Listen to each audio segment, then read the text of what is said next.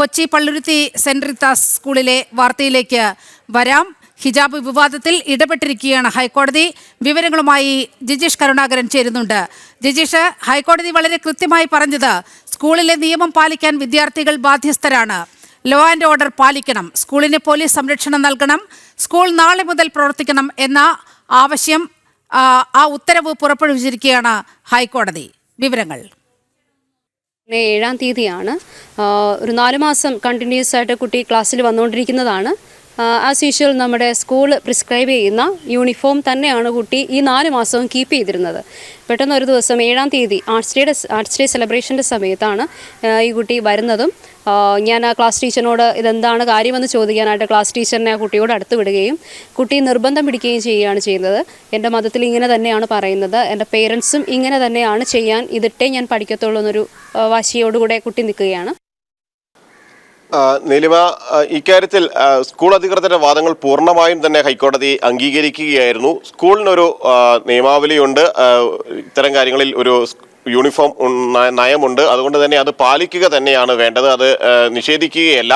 മാത്രമല്ല, അത് പാലിക്കാനുള്ള നിർദ്ദേശം വിദ്യാർത്ഥിക്ക് നൽകുകയും ഒപ്പം തന്നെ സ്കൂളിന് പോലീസ് സംരക്ഷണം നൽകണമെന്നും കോടതി ആവശ്യപ്പെടുകയും ചെയ്തിട്ടുണ്ട്. ഇത്തരം ഒരു സംഘടിതമായി തന്നെയാണ് ഈ ഒരു വിഷയം ഉയർത്തിക്കൊണ്ടുവരാനുള്ള ശ്രമങ്ങൾ നടന്നത് എന്നത് തന്നെയാണ് ഈ ഒരു ഘട്ടത്തിൽ മനസ്സിലാകുന്നത്.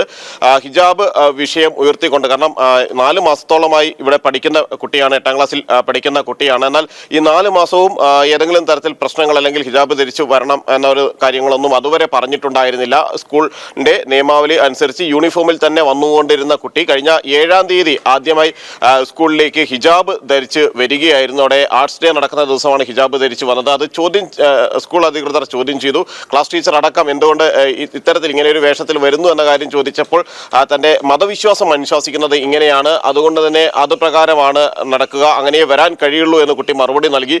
തുടർന്നാണ് ഈ പ്രശ്നങ്ങളുടെ എല്ലാം തന്നെ തുടക്കം. അപ്പോഴും കുട്ടിയെ നേരിട്ട് കുട്ടിയോട് ഏതെങ്കിലും തരത്തിലുള്ള പ്രശ്നങ്ങളോ അല്ലെങ്കിൽ ശാസിക്കുകയോ ഒന്നും തന്നെ സ്കൂൾ അധികൃതർ ചെയ്തിരുന്നില്ല എന്ന കാര്യം പ്രിൻസിപ്പൽ പ്രത്യേകം തന്നെ പറയുന്നുണ്ട്. പകരം രക്ഷാകർത്താക്കളെ വിളിച്ചു വരുത്തി രക്ഷാകർത്താക്കൾ വന്നപ്പോൾ കാര്യങ്ങൾ വിശദീകരിക്കുകയാണ് ചെയ്തത്. സ്കൂളിൽ ഒരു അച്ചടക്കമുണ്ട്, അവിടെ ഒരു യൂണിഫോം ഉണ്ട്, അത് പാലിക്കണം, മുടി പിന്നിയിട്ട്, പെൺകുട്ടികളാണെങ്കിൽ മുടി പിന്നിയിട്ട് വേണം ക്ലാസ്സുകളിലേക്ക് വരുന്നതിന് വേണ്ടി, മറ്റു വേഷങ്ങളോ മറ്റു വിധാനങ്ങളോ പാടില്ല എന്ന കാര്യം നിഷ്കർഷിക്കുന്നുണ്ട്. അതെല്ലാം പാലിച്ചുകൊണ്ടാണ് കുട്ടിക്ക് അഡ്മിഷൻ എടുത്തത്. അതുകൊണ്ട് തന്നെ ഇത്തരത്തിൽ ഹിജാബ് ധരിച്ചുകൊണ്ട് വരാൻ കഴിയില്ല എന്ന കാര്യം രക്ഷാകർത്താക്കളെയും അറിയിക്കുകയും ചെയ്തു. വീണ്ടും 8-ാം തീയതി ഇതേ കാര്യം കുട്ടി ആവർത്തിക്കുകയാണ്. 8-ാം തീയതി ആർട്സ് ഡേ 2 ദിവസങ്ങളിലാണ്, 7-8 തീയതികളിലായിരുന്നു സ്കൂൾ ആർട്സ് ഡേ നടന്നത്. ആ 2ാമത്തെ ദിവസവും ഇതേ രീതിയിൽ തന്നെ വരുന്നു.